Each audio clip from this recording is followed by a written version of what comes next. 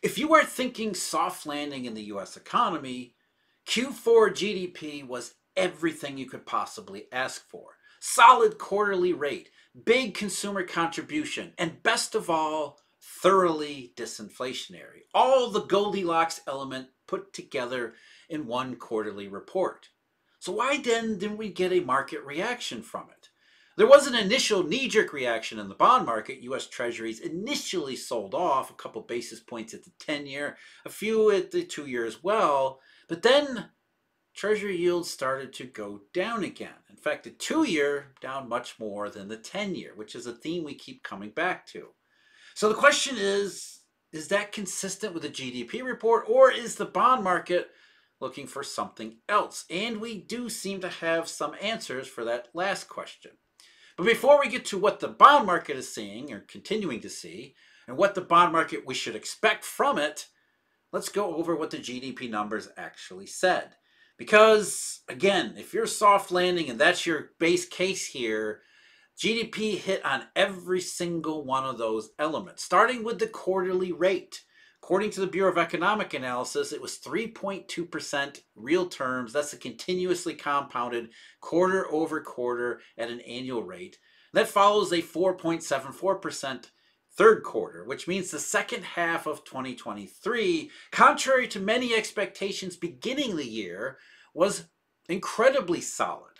A little bit of a dent in the second quarter, but the disinflation rebound really hit home in the third quarter, and then the fourth quarter kept up a bit in the fourth quarter, at least according to the GDP numbers. For the full year of 2023, the fourth quarter over fourth quarter rate was 3.1%, while the average annual change was 2.5%. And both of those numbers, just to give you some context, those are similar enough to 2019, which starts to bring us into the bond market territory here, understanding where things are going. So even though the second half of last year is terrific, last year was simply better than expectations. That doesn't necessarily mean that last year was a strong economy exerting its will on its way to a soft landing. It just means it was better than it had been expected. Real PCE, or personal consumption expenditures, those rose at a 2.8%. That was down only slightly from 3.1% quarter over quarter in the third quarter. Services, you don't really see much of a change in the service sector, just continuing to chug along at a relatively low pace here. Real private non-residential fixed investment, which is capital expenditures by business, this might be the weakest part of the GDP report, at least on in real terms.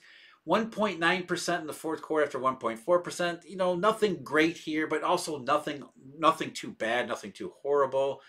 Exports and imports were both higher, with exports certainly much better in the second half of last year than imports were.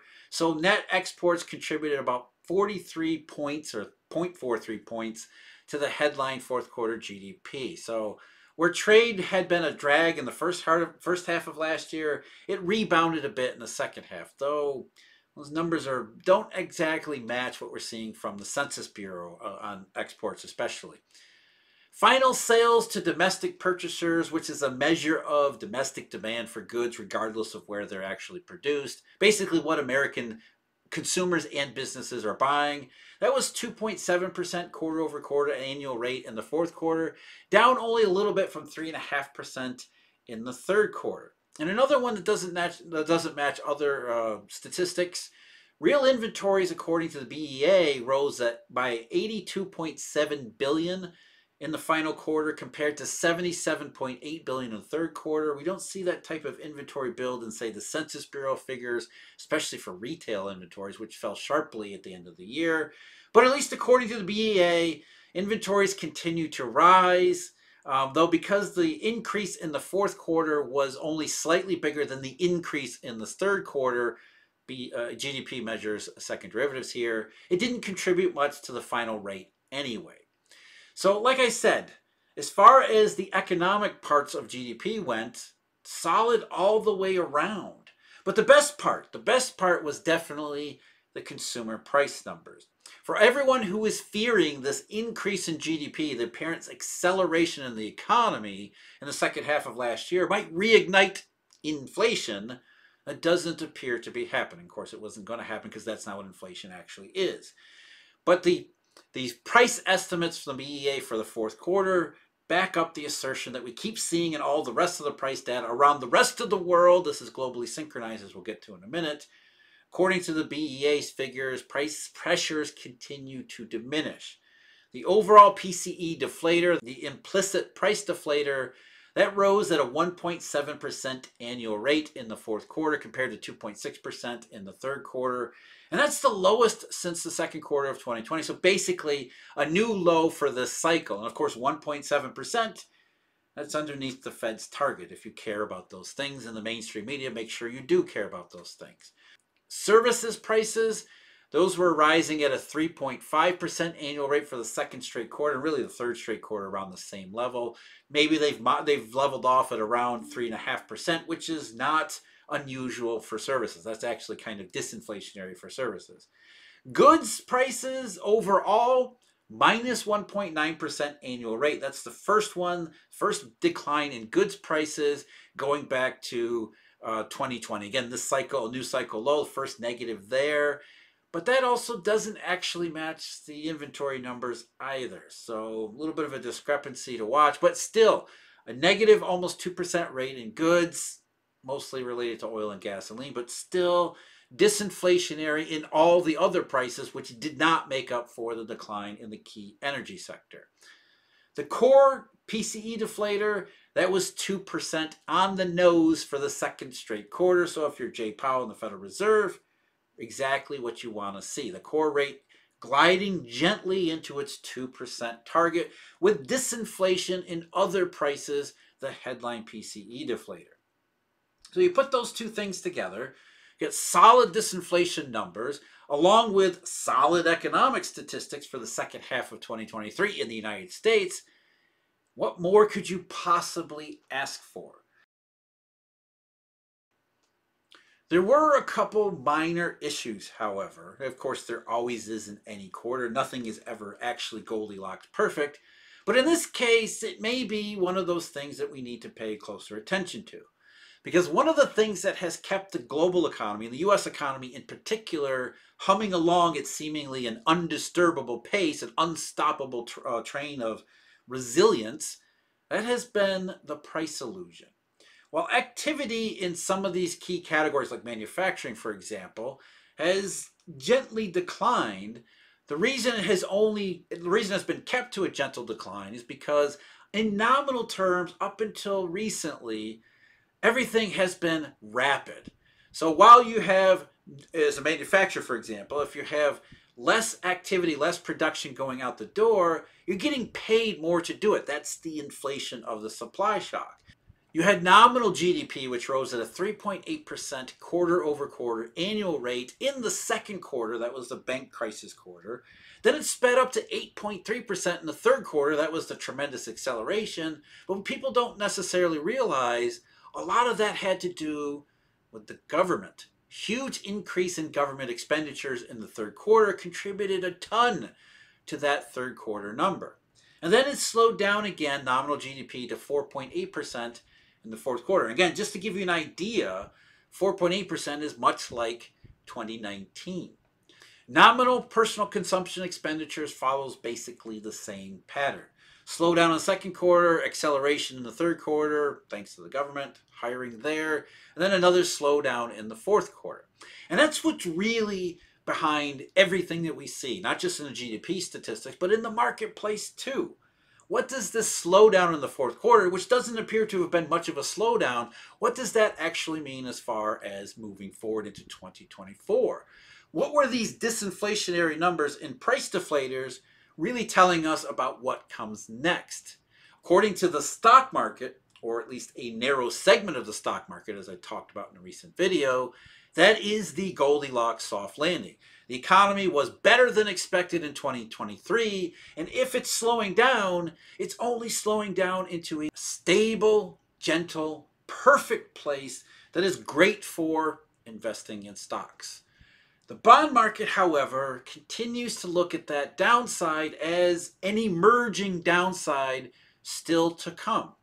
And I know we've been waiting for it all year. And the disinflation rebound, I think, explains the distance or the elongation of the cycle here. But as far as bond market participants are concerned, if it was Goldilocks soft landing, you would expect that to be higher for longer, especially longer term interest rates, which are a reflection of growth and inflation expectations with an emphasis on the former, growth, not inflation, the latter. You would expect bond yields to rise. Not just in the short run in the knee-jerk reaction to the GDP report, but overall in more than just the short run. Rates would go back to where they were.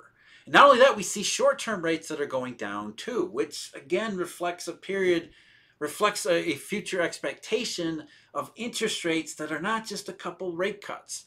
We have the market that is hedging against more solid downside risk that, even if it hasn't emerged yet in GDP figures, it remains the downside risk that is worrying more people than not. We got a little bit of confirmation for why that is from our counterparts over in Europe. The ECB met today and, again, unsurprisingly, left their interest rate benchmarks where they had been over the past couple meetings, meaning they're still on an interest rate pause here. But Christine Lagarde, just last week at the WEF's ridiculous Davos meeting, mentioned, like the Fed, after protesting for however long that they're not even thinking about rate cuts, she said they're thinking about rate cuts. Not just are they thinking about rate cuts, they might be thinking about rate cuts as early as the summertime, which means in market terms, they're actually thinking about rate cuts more immediate than that. What Bloomberg reported from Davos last week was Lagarde said in response to a question about the possibility of summertime rate cuts, she said, "I would say it's likely to, but I have to be reserved because we are also saying that we are data dependent and that there is still a level of uncertainty and some indicators that are not anchored at the level where we'd like to see them." She's talking about consumer price pressures, some of them like wage growth. That's for the ECB and economists is a big deal. However, she can still see a path to rate cuts, again, after protesting strenuously for all this time that the ECB was not even considering rate cuts. And here she is saying, yeah, we're thinking about rate cuts in the summertime. Sounds a lot like the Federal Reserve. In today's policy statement, in the press conference which followed it, Lagarde said she kind of walked it back, but you could tell she didn't actually do so. The consensus around the table of the governing council was that it was premature to discuss rate cuts. We need to be further along in this inflation process before we can be sufficiently confident that inflation will actually hit the target in a timely manner. So when it comes to consumer prices, she still feels that she needs to talk about attentiveness to consumer prices. And that's the reason why they don't want to come out in their official capacity and say, we're actually talking about rate cuts. And the reason they are talking about rate cuts is just what I talked about with regard to what the bond market is pricing even after GDP. Because the market reaction to fourth quarter GDP in the US was the same reaction it had to third quarter GDP back in October. That it's old news and that the future path for the US economy, indeed the global economy, is, well, just what the ECB said today. In their statement, it said, the risk to economic growth remain tilted to the downside. Growth could be lower if the effects of monetary policy turn out to be stronger than expected. Sure, why not? A weaker world economy, however, or a further slowdown in global trade would also weigh on euro area growth. Globally synchronized. So while the U.S. economy put in another stellar quarter, the fourth quarter, second straight quarter at solid rates, the worry is that all of the weakness that we continue to see around the rest of the world, including in Europe, which is still in a recession, and a recession the ECB now is even worried could get worse, that will eventually lead to the rest of everything else that isn't in recession following along. Globally synchronized. And in globally synchronized, not only do we pay attention to Europe's plight, we also have that big country over there on the other side of the Pacific, which no matter what it does, continues to struggle worse and worse and worse. So even the impacts of globally synchronized global trade recession that haven't been felt on American shores just yet, that is still likely to happen. And it's more likely in other places and more visible in other places like Europe right now. So the bond market reaction to the disinflation was the same as the stock market reaction to the GDP numbers overall. Stocks say Goldilocks, soft landing, everything you could possibly want. And bonds said, did you see those consumer price figures?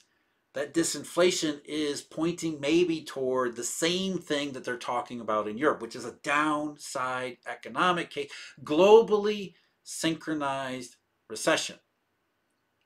Even the central bankers are worried about the same thing, which is why they are talking about rate cuts. It's just that the market is ahead of them in anticipating the likely outcome that they're now also starting to admit, they're considering too. So the US looks great to finish up 2023, but 2024 still remains the same downside case.